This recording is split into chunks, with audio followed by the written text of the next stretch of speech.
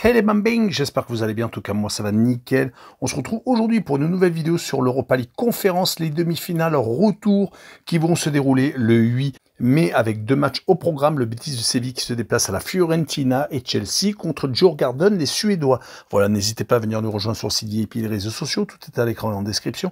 N'hésitez surtout pas à mettre vos pronostics, vos critiques positives ou négatives, votre petit pouce qui va bien pour faire monter la vidéo le plus haut possible et n'oubliez pas de nous rejoindre. On est quasiment 19 600, merci encore. On attaque par la première rencontre, la Fiorentina contre le Betis de Séville. À l'aller, il y a eu 2-1 pour les Espagnols. La Viola est distancée pour la C1 via la Serie A. Ils veulent absolument gagner cette C4 pour se qualifier pour une prochaine Coupe d'Europe qui leur a échappé la saison dernière, rappelons-le, perdant contre les Grecs 1-0 après prolongation. Leur dynamique actuelle est de 2 défaites consécutives, celle au match aller et celle le week-end dernier à la AS Roma qui est plus qu'en forme. Ils sont à 4 points donc du 6e.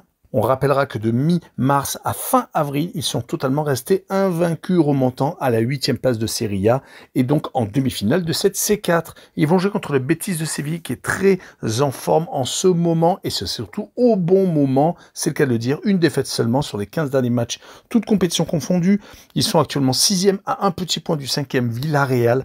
La saison est peut-être historique et surtout magnifique. 8 matchs sans défaite à l'extérieur consécutifs avec 6 victoires et 2 matchs nuls. Ils ont même réussi à tenir front au Barça, faisant un but partout. On rappellera qu'en C4, ils sont tout de même tombés 2 fois à l'extérieur, à Boleslav et également au Legia Varsovie. C'était en tout début de campagne.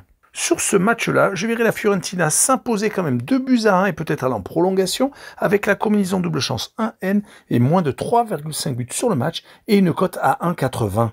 Et on passe à la seconde demi-finale, Chelsea contre Djurgården. Les Blues étaient déjà favoris lors du début de la compétition et ils sont en train de confirmer vainqueurs 4-1 à l'aller en Suède lors de cette demi-finale. Allez, les Blues doivent expédier les affaires courantes.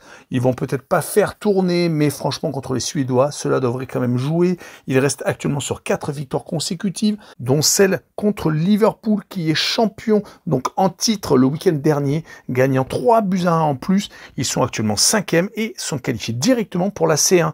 Mais une C4 au palmarès serait tout de même la cerise sur le gâteau et un retour au premier plan. Rappelons que les dernières saisons, ils ont vraiment galéré. Et ils vont jouer donc contre des Suédois qui ont été totalement dépassés au match aller. 11e actuellement de leur championnat, Djurgården est en grande difficulté. Dur de reprendre le rythme après une grosse trêve hivernale.